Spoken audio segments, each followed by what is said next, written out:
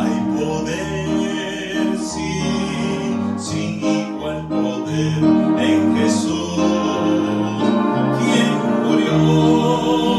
Hay poder, sí, sin igual poder en la sangre que Él vertió, en la sangre que Él vertió, en la sangre que Él vertió.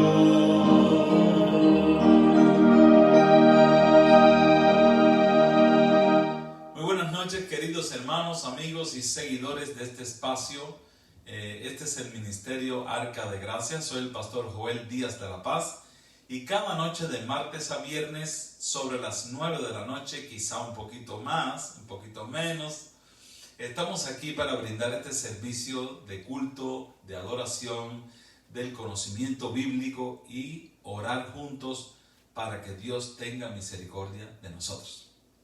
Estoy saludándoles con amor cristiano y contento de que por lo menos un grupo casi todas las noches están aquí conmigo para tener esta comunión con el Padre, con el Hijo y con el Espíritu Santo. La Biblia es y será una antorcha que alumbra en las tinieblas, en el lugar oscuro, y nos lleva a Cristo, nos lleva al conocimiento de Dios. De ahí al gran esfuerzo que realiza el enemigo de las almas para que olvidemos o dejemos de lado el tiempo del día en que podemos leer la palabra de Dios. Cuando estamos leyendo la Biblia, estamos literalmente escuchando a Dios. He visto y sabemos cuando esperamos una carta de alguien muy querido o muy especial, cuando nos llega alguna nota importante de alguien que estimamos mucho, la leemos con mucha atención. He tenido el privilegio de entrar a las prisiones y predicar a aquellas personas que están allí por algunos años, algunos por toda su vida. Y a veces ellos me dicen, y yo no lo capto bien hasta ahora, que hace tiempo que no puedo entrar a la prisión. Ellos dicen: pastor, los hermanos de la iglesia que nos escriban, necesitamos recibir cartas de alguien. Y es muy importante escribirle a los presos. De la misma forma, cuando leemos la Biblia, estamos leyendo las palabras de nuestro Dios. Palabras que son eternas y que de alguna manera se configuran a cada persona que lee y que entiende y es tocado y llamado por el Espíritu Santo. Vamos a tener una oración para comenzar hoy un estudio bíblico sobre una escena muy importante de la vida de Cristo, que vamos a aprender algunas cosas según la Biblia y no según el hombre. Así que vamos a orar. Amante Padre, pedimos la bendición para el estudio bíblico de esta noche. Pedimos que perdones nuestros pecados, que nos limpies de nuestras cargas, de nuestros pesares, de nuestros resentimientos, y nos dejes una mente en blanco para recibir tu palabra, una mente purificada por tu presencia con nosotros, para que en esta hora podamos deponer todo pensamiento, toda distracción y atender el texto sagrado. Oramos, Señor, por los enfermos, que cada vez intercedemos por ellos, y por aquellos que no sabemos que están enfermos, pero que están clamando por ayuda del cielo. Oramos, Señor, por nuestra iglesia Arca de Gracia. Oramos por todas las iglesias que invocan el nombre de Jesucristo. Oramos para aquellas personas que por primera vez quizá esta noche están escuchando este programa, viendo esta predicación, que todo el que se acerca a este momento, que pueda salir edificado y que pueda sentir la obra del Espíritu Santo en su vida. Oramos, Señor, sabiendo que el hombre nada puede hacer, pero eres tú quien haces la obra que nosotros no alcanzamos. Presentamos nuestros hijos delante de ti, presentamos nuestras necesidades básicas y nos abandonamos y nos confiamos en ti, que tú nos tengas misericordia, que nos cuides, que nos protejas, porque tú eres el único refugio seguro. También pedimos, Señor, que al presentar tu palabra, el Espíritu Santo nos pueda guiar por los laberintos de la fe y entender y conocer cada día más acerca de ti. Nos ponemos en tus manos en el nombre de Jesucristo. Amén y amén. Hay una porción bíblica muy interesante que tiene que ver directamente con el comienzo del ministerio de Cristo en esta tierra. Él vivió unos 30 años que no sabíamos nada de Jesús. Tuvimos algunas incidencias de su llegada al mundo allá en el pesebre, los magos, Herodes que lo persiguió. Después se nos desaparece el relato de Cristo y reaparece un día que él se encuentra perdido para sus padres, pero hallado y asombrados los sabios del templo, los maestros de la ley, los eruditos, los rabinos, asombrados con la sabiduría y el conocimiento del niño Jesús a los 12 años. Después perdemos otra vez toda la historia de Cristo desde los 12 años hasta el momento en que va delante de Juan el Bautista y Juan el Bautista le bautiza. En ese momento se oye una voz del cielo que dice: este es mi Hijo amado, en quien tengo complacencia. Esta voz que se oye del cielo, que retumba en todo el firmamento, es la voz de Dios. Dios en tres personas. Es un misterio porque en esa voz también está implícita la voz de Cristo, la voz del Espíritu Santo. Era la voz de Dios. Y cualquiera de los tres que hubiera venido se hubiera llamado el Hijo. Y así las funciones que nosotros estamos descubriendo del Padre, del Hijo, del Espíritu Santo son funciones en lenguaje terrenal, terrícola, humano, para que podamos entender. Pero ninguna mente humana, por brillante que sea, puede entender exactamente cómo es la naturaleza divina y cómo es la función de la deidad o de la Trinidad, solamente lo que se nos ha revelado en la palabra de Dios. Hay mucho misterio que está vedado para el hombre, pero que un día no muy lejano vamos a conocer más detalles cara a cara, hablando con nuestro Señor Jesucristo en las mansiones celestiales. Ahora bien, hay una voz que dice: este es mi Hijo amado, en quien tengo complacencia. Me complazco en Él. ¿En quién se complace? En Cristo.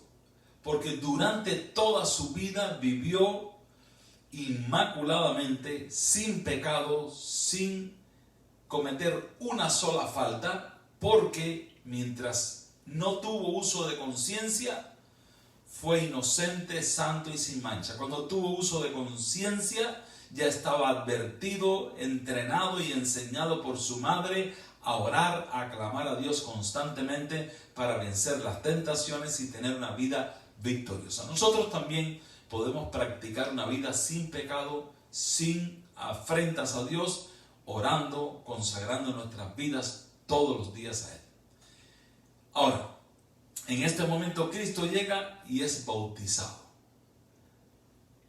Inmediatamente que Cristo sale del bautismo, es llevado por el Espíritu al desierto. Vamos a estudiar cada noche, hoy, mañana y el sábado, a las 3 de la tarde del sábado, vamos a estudiar las 3 tentaciones de Cristo con un poquito de más detalles, para tratar de entender qué tipo de tentaciones se presentaron por el enemigo, por Satanás, al Rey de Reyes, al Señor de Señores, y por qué ese tipo de tentación era tan importante. A veces, cuando leemos las 3 tentaciones de Jesús, nos parecen cosas de poca monta y pensamos que nosotros, los seres humanos actuales, somos mucho más tentados que Cristo, y eso es completamente falso. Vamos a estudiar, vamos a profundizar un poquito en las tentaciones que Cristo recibió, para ver y descubrir la belleza y la grandeza de su triunfo sobre la tentación. Así que vamos a leer San Mateo capítulo 4 versículo 1 y vamos a ir por pedacitos. Vamos a buscar otros textos bíblicos que nos van a ser importantes y así vamos a enriquecer el conocimiento que necesitamos de la palabra de Dios. Dice, entonces Jesús fue llevado por el Espíritu al desierto para ser tentado por el diablo. Este texto bíblico no lo podemos comprender muy bien. Ustedes saben que la traducción del Nuevo Testamento, el original, mejor dicho, el original está en griego. El griego es un idioma muy específico, muy directo. Cada palabra tiene un significado exacto. Al llevar la traducción al español nos perdemos muchas bellezas del griego, que es donde están los originales del Nuevo Testamento.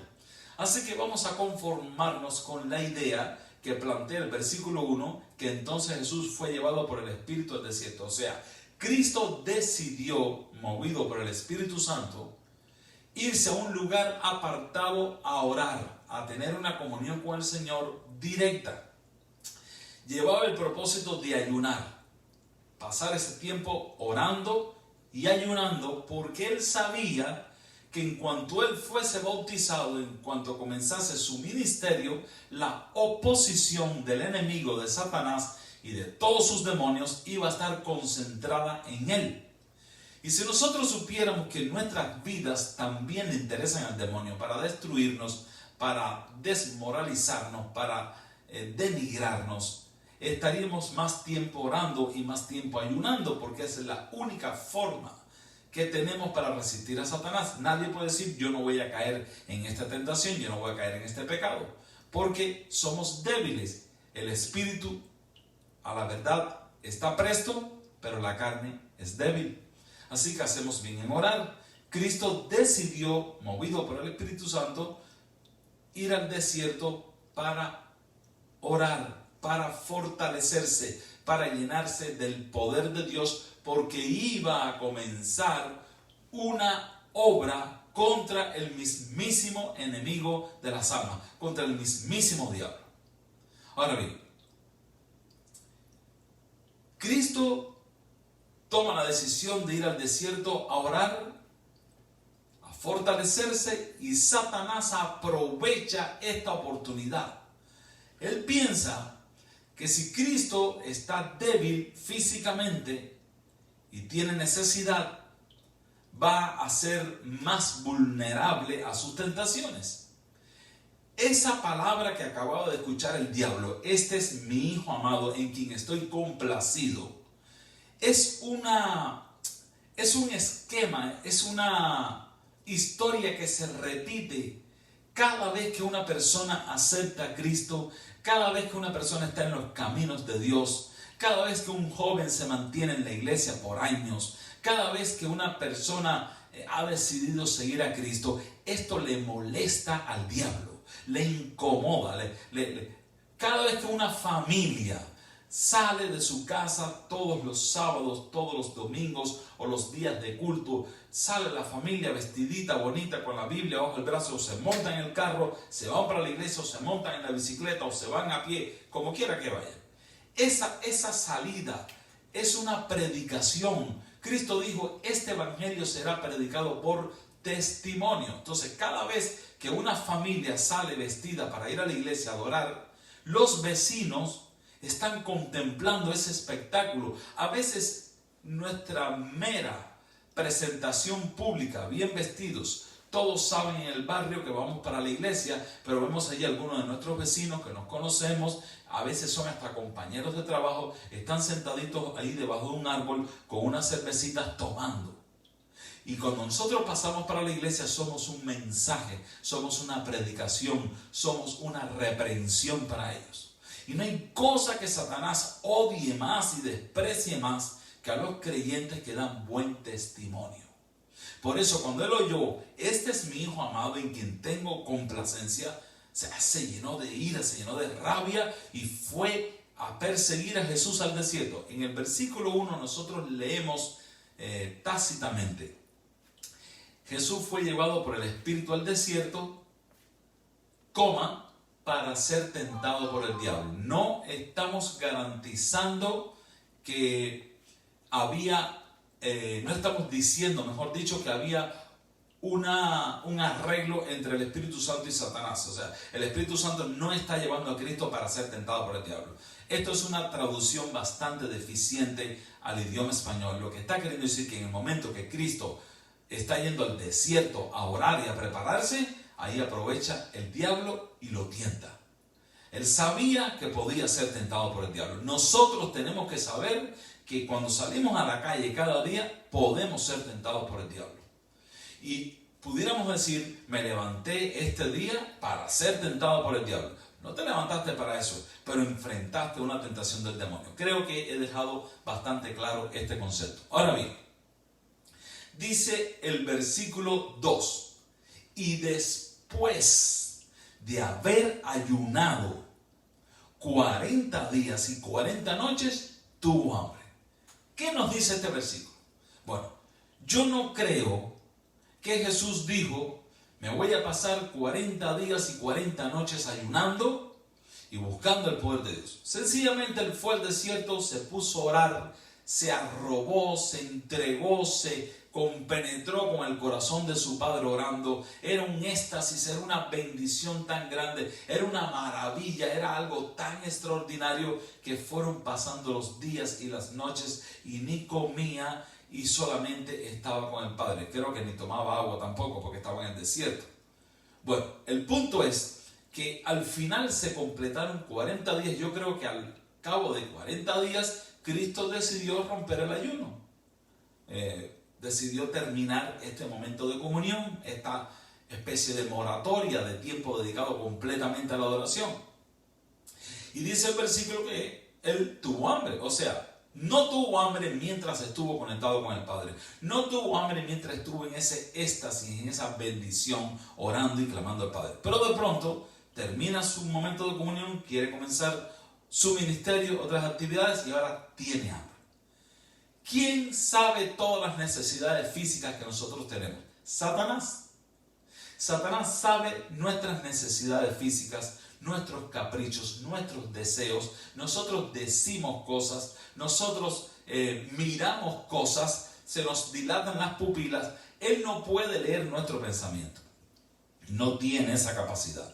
Pero puede, como buen psicólogo, lo haría también estudiar nuestros momentos de nerviosismo, nuestras alegrías, de qué nos reímos, de qué hablamos continuamente y ya más o menos conoce nuestras debilidades. De alguna manera, él intuyó, obviamente, después de 40 días y 40 noches, que Cristo tendría hambre. Y en ese momento se le presenta una primera tentación a Cristo. Dice el versículo 3, y vino a él el tentador y le dijo, si eres hijo de Dios, di que estas piedras se conviertan en pan. Bueno, aquí hay una frase, un disparo muy bien apuntado, muy bien pensado. Si eres hijo de Dios, ¿por qué Satanás usa esta frase? Mira, hermano, si una persona, un ser humano, Cristo está llevando a cabo este ayuno en su humanidad. Cristo, aunque es 100% divino, también es 100% humano. Tiene dos naturalezas. Muchos de ustedes tienen dos ciudadanías y no quieren perder la primera y no quieren negociar con la segunda. Bueno, Cristo tenía dos naturalezas. La naturaleza divina, la cual escondió como alguien que para hacer una competencia con su hijo de escritura, en vez de usar la mano derecha, usa la izquierda para estar parejo con el bebé, con el pequeñito que está aprendiendo a escribir. Vamos a ver quién escribe esta palabra más rápido. Entonces el niñito va a escribir y, pero tú me ganas porque tú eres papi. No, pero el papi va a hacerlo con la mano izquierda.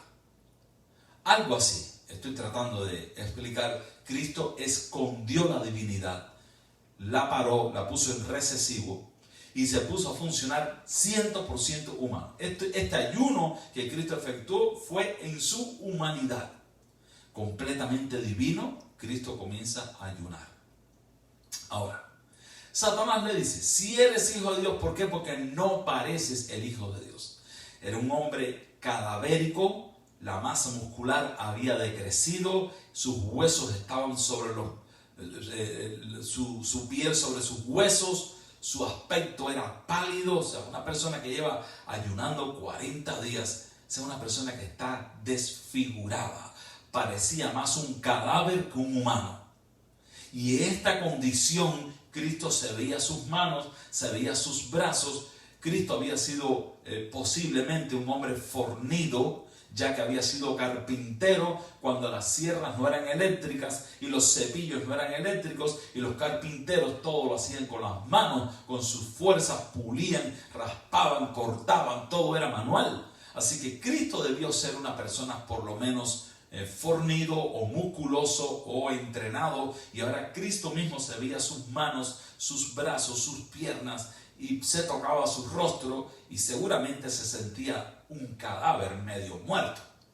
Ahora, Satanás trata de impresionarlo con su aspecto físico y le dice: si eres hijo de Dios, si tú eres el hijo de Dios, que no me parece, bueno, haz que estas piedras se conviertan en pan. Algunos eruditos dicen, algunas personas, que en esa zona del desierto de Palestina hay un tipo de piedra chata, aplastada, como los panes que usaba la gente que estilaban amasar en aquellos tiempos, y que parece que esas piedras daban la impresión de que eran comestibles. Y la tentación quizá tuvo, no tengo mucha certeza de esto, pero quizá la tentación tuvo una ayuda de la apariencia de lo que parecían aquellas piedras. Entonces Cristo le dice: si tú eres hijo de Dios, haz que estas piedras se conviertan en pan. ¿Por qué? Porque él considera que Cristo está débil, que Cristo está en baja, que está en down, que está cayendo, y le hace esta tentación. Ahora, Cristo le responde inmediatamente: escrito está, no solo de pan vive el hombre, sino de toda palabra que sale de la boca de Dios. Bien, escrito está. O sea, Cristo le está refutando a Satanás con la palabra de Dios. Conocía la Biblia, conocía la palabra de Dios, conocía las Escrituras y se apoyaba en ellas. Está escrito, no solamente de pan vive el hombre. Satanás, tú piensas que lo que más necesito yo es pan, lo que yo menos necesito en este momento es pan. Lo que yo necesitaba ya lo conseguí. El poder que necesitaba ya lo tuve. Preparando mi armadura y mi coraza contra ti mismo, ya lo obtuve. Escrito está, no solo de pan vive el hombre, sino de toda palabra que sale de la boca de Dios. De ahí a que siempre yo voy a martillar sobre el mismo clavo: el hombre nunca debe declarar nada. Y yo declaro, no, usted no declara nada, porque el hombre vive de la palabra que sale de la boca de Dios, de las promesas de Dios, de la misericordia de Dios, de la bondad de Dios. Tú puedes declarar todo lo que tú quieras. Este año 2020 fue el año que más se declararon bendiciones y progresos y abundancia y multiplicación de panes y peces por los grandes manipuladores y los grandes motivadores de multitudes, que también se llaman pastores ahora. Y declararon el año 2020, por ahí están las grabaciones. Hace poco vi un video de las declaraciones de esos grandes manipuladores de multitudes que declaraban el año 2020 como un año de prosperidad, y ha sido el año de los peores desastres, de pandemia, de muerte, de desgracias de todo tipo. Porque el hombre vive de la palabra que sale de la boca de Dios. Ahora, ¿por qué Satanás usa este tipo de tentación? Este tipo de tentación va dirigida al apetito. La segunda tentación que vamos a estudiar mañana va dirigida a la presunción, que es la aberración de la fe. ¿Tú tienes fe o tienes presunción? Y de eso vamos a hablar mañana. Y la tercera tentación de Jesús fue dirigida a las cosas materiales, al materialismo. ¿Y por qué fue dirigido al materialismo? Vamos a hablar sobre eso el sábado. Ahora, hoy vamos a hablar acerca del apetito. Si hay una cosa que causa la muerte a miles y millones de personas cada año en todos los países del mundo, es la forma de comer o el descontrol de nuestra dieta. La forma de alimentarnos con comida barata, con comida chatarra. El ser humano es un ser dotado de inteligencia. Y si el hombre está dotado de inteligencia, cuando el hombre come, debe comer inteligentemente. La cantidad de lo que come debe ser ingerida inteligentemente. La calidad de lo que come debe ser escogida inteligentemente. El apetito es muy importante porque eso es lo que garantiza nuestra vida, nuestro bienestar, nuestra salud, nuestra eficiencia, nuestra apariencia física. Tantas cosas tienen que ver con el apetito que si nosotros fuésemos conscientes de la importancia del apetito, trataríamos con más severidad y con más respeto momentos como ese. Las comidas demasiado condimentadas, las comidas demasiado enriquecidas, entre comillas, pueden llevar a muchos a la tumba. Hay un pensamiento por ahí muy interesante de una investigadora bíblica que dice: muchos descenderán a la tumba antes de tiempo por no haber controlado sus malos hábitos de alimentación. O sea, descenderán a la tumba antes de tiempo. Quiere decir que es muy importante. Y si usted va a la Biblia, es muy interesante. En la Biblia tenemos algunos textos que tienen que ver con la alimentación. Por ejemplo, en el libro de Levítico, yo lo tenía marcado aquí para no perder tiempo buscando. No crean que busco tan rápido. En el libro de Levítico, capítulo 11, voy a leer los primeros versículos y los últimos versículos de este capítulo, donde Dios se pronuncia acerca de los alimentos, de los animales que nosotros vamos a comer, o sea, nosotros, su pueblo. Y noten que Dios no cambia, Dios es el mismo ayer, hoy y por los siglos. Jehová es eterno, su palabra es eterna. Dios no cambia ni de religión, ni de comportamiento, ni de actitudes. Dios es Dios, Dios es santo, es eterno y tiene una voluntad que es agradable y perfecta. Hay quien no la quiere aceptar o vivirla y sencillamente bloquea a Dios y no lo quiere escuchar. Hay personas que tú le comienzas a leer un texto bíblico y dicen: no, ya yo sé eso, no me lo lea. Bueno, está rechazando a Dios, no a mí. Ahora, vamos a ver qué dice Dios sobre la comida. Dice Levítico 11, versículo 1. Habló Jehová a Moisés y a Aarón diciéndoles: hablad a los hijos de Israel y decidles: estos son los animales que comeréis de entre todos los animales que hay sobre la tierra. O sea, ustedes van a comer estos de dentro de todos los animales que hay en la tierra. O sea, entre cuando tú entresacas, escoges.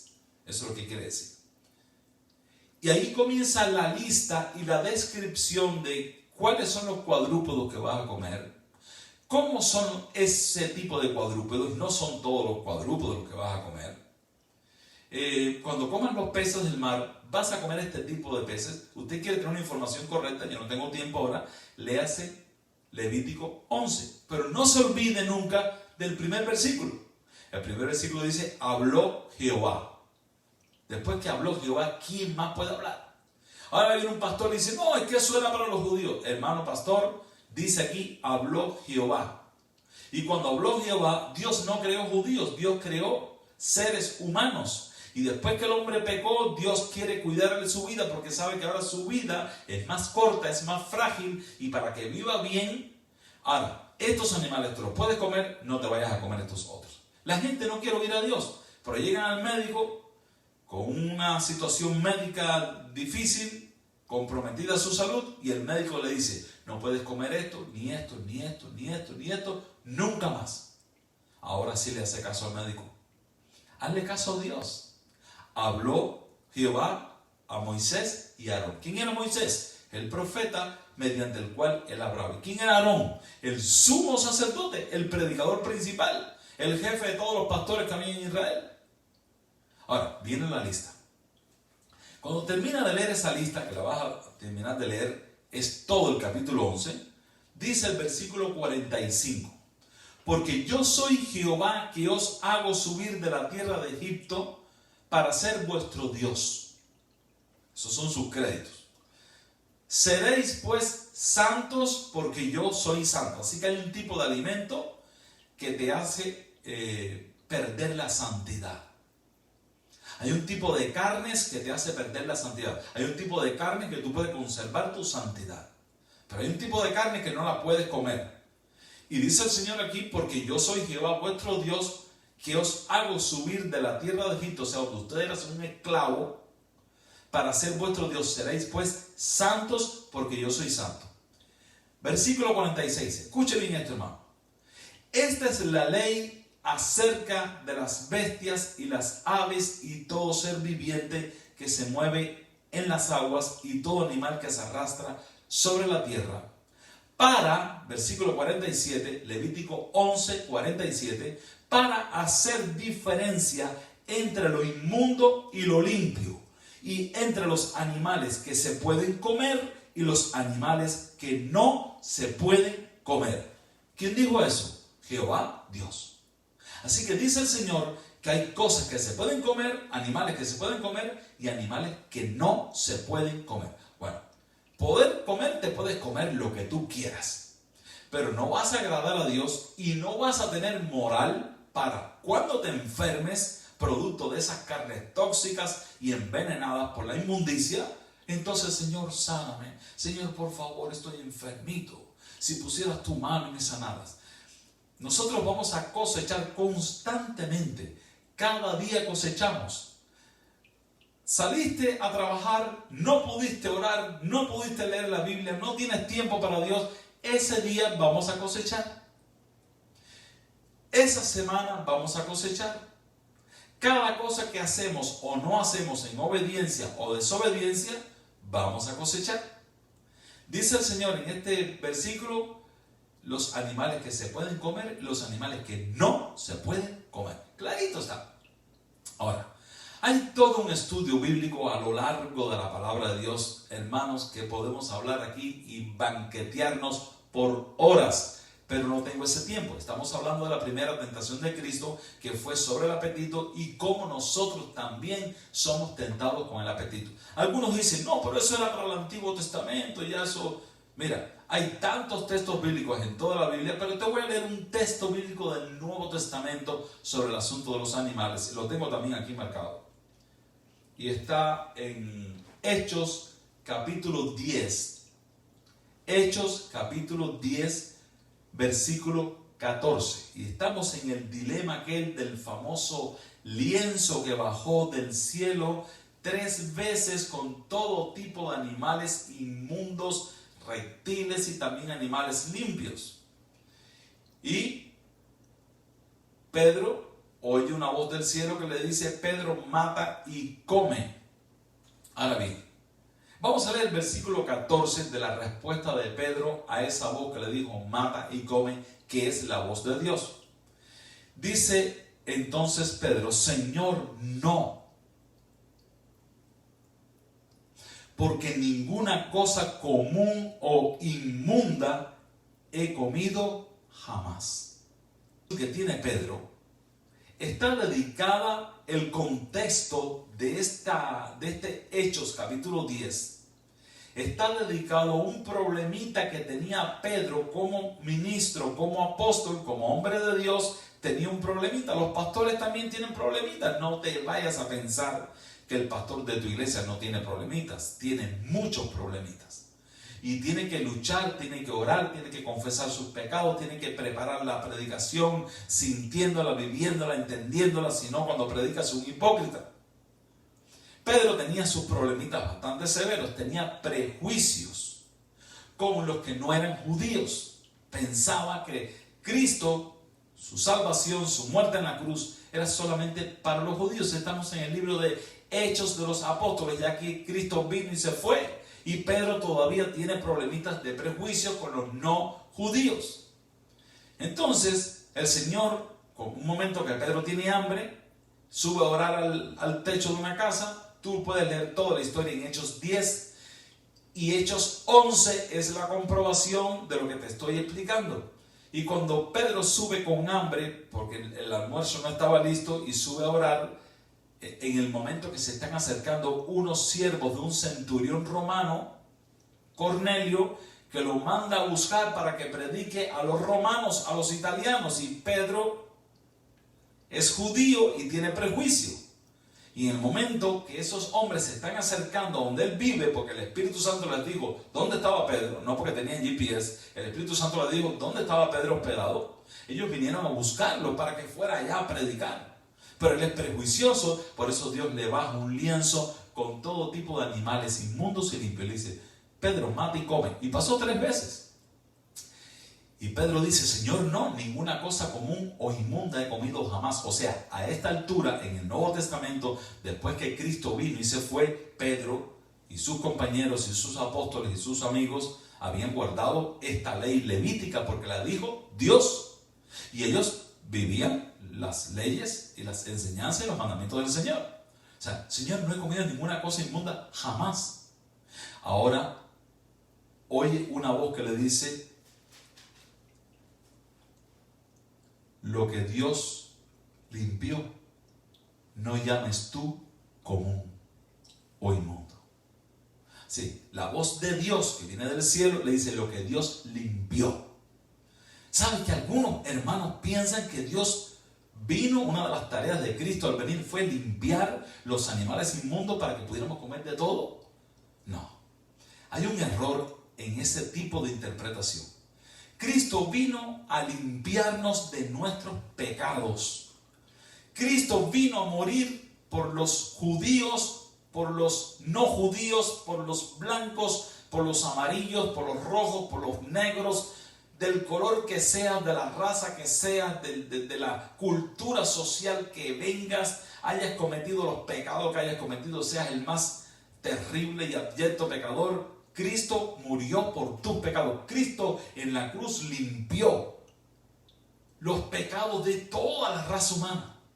Dice San Juan 3:16, todo aquel que en él cree no se pierde, tiene vida eterna.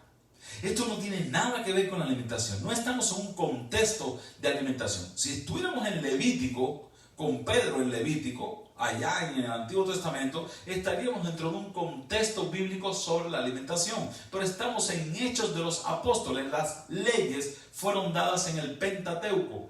De Génesis a Deuteronomio es lo que le llaman la Torá, el Pentateuco, la ley, la enseñanza rabínica. Y allí fueron dadas las leyes. Después viene Josué, vienen jueces, vienen las guerras, viene toda la historia, pero ya la ley fue dada, el mandamiento fue enseñado, no hay que estarlo repitiendo. Hay comprobación de estos mandamientos en toda la Biblia. Pero en el momento que estamos viviendo ahora, Pedro, el prejuicioso apóstol y predicador, tiene que ahora ir a casa de unos italianos a predicar y él los discrimina porque no son judíos. El Señor le dio una visión para que él sepa que cuando Cristo murió en la cruz, limpió toda la raza humana. Nadie tiene derecho a discriminar a otra persona y pensar que no tiene derecho a la salvación. Tú pudieras ir por la calle y encontrarte un joven con una apariencia física bochornosa, desagradable, despreciable, pero esa persona, Dios pagó lo que Satanás pedía para él. Dios lo pagó en la cruz y ahora tiene derecho a la vida eterna. Dios quiera que donde quiera que estemos, seamos capaces de mirar a cada persona con los ojos de Dios, con la óptica divina, con el amor de Cristo, con el corazón de Dios, para atraerlo a los pies de la salvación, a los pies de la cruz. Hermano, Cristo fue tentado primeramente en el apetito.